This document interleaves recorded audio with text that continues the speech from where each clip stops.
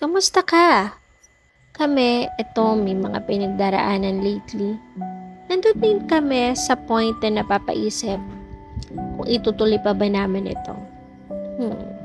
May mga bagay kasi at panahon na hindi na natin kayang ibalik. Kaya ito kami ngayon, nasa runway Manila na.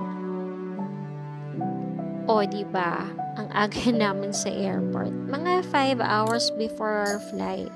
Papaano kasi? Takot na kami may iwan ng plane. Kabado din kami kasi first time namin itry yung Hong Kong Express, yung low-cost airline ng Cathay Pacific.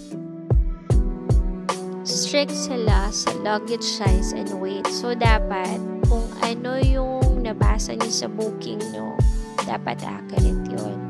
Yung luggage na nakita nyo kanina, naku, pinalalamove namin pabalik ng bahay kasi masyado siyang malaki. Good thing yung extra bag namin expandable. Pwede rin magdala ng tumbler basta walang water. Pwede rin magdala ng payong, ng food.